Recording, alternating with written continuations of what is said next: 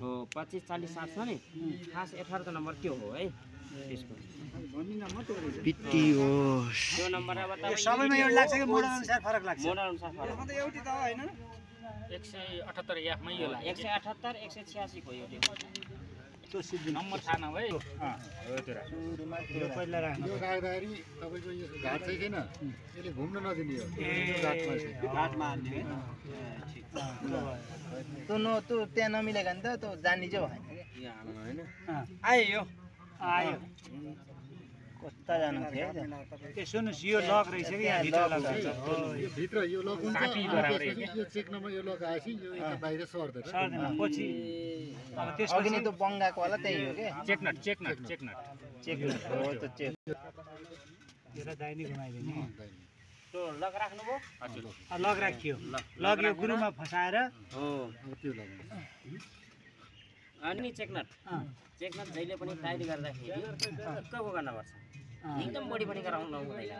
ठिक्क गर्ने त्यो लकमा त्यहाँ गएर त्यहाँसम्म पुरा आउँछ गएन के हो लक बगाइदिएपछि तपाईको अटोमेटिक खुल्न दिदैन दिने आथे हो त्यो ठ्याक्क त्यो लकसम्म पुग्दाखेरि यसमा यो लक टुटियो छ के हुन्छ हो ल ल यसमा एउटा सबभन्दा पहिला यो खास हामीसँग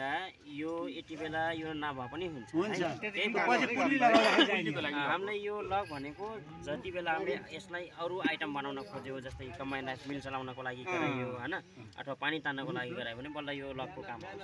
यो हरायो भने के गर्ने गिरिलाङ्गर बनाउनु बनाउने नभए नटको बनाउने नभए खोज्ने अब यो बिचार कुनै पनि पुल्ली लगाउँदाखेरि यो चाहियो त्यो चाहिँ चाहियो हो यसरी बाहिर निक्लिन्छ नि त अब यसरी यसलाई यस्तै राखेपछि यो पनि रह्यो अब यसको नट कहाँ छ पनि होला त्यसको एकले चाहिँ बसान नपाएर मकैको भात तार राखौ ल दुईपट्टि हुन्न कि त यसरी जानिन्छ अब यसलाई सबभन्दा पहिला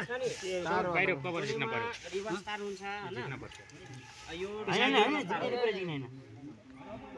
पुरादेखि झिक्नु पर्यो पुरै निकाल्न पर्छ अब कति निकाल्नु यो उल्टे हो क्या कता गयो नभन न कहिले कहिले यसको तीन जना माथि होला तल गुरुवाला तार नट खोल्दा हाल्नु के हुन्छ अझै कम्ती भयो ब्याक गियरको चाप्नु त ब्याक गियर त ठिक छ ठिक छ तर त अझै पनि ढिलो हो कि टेस्टिङ हुन्छ नि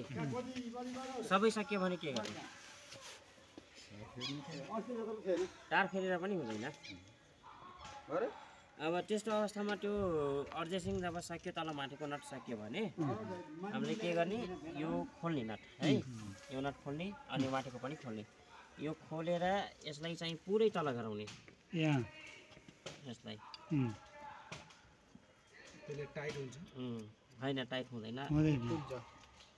यो पुरै लुज गर्ने यसलाई हैन पुरै लुज गरिसकेपछि यहाँ गराउनु त भित्र गराउनु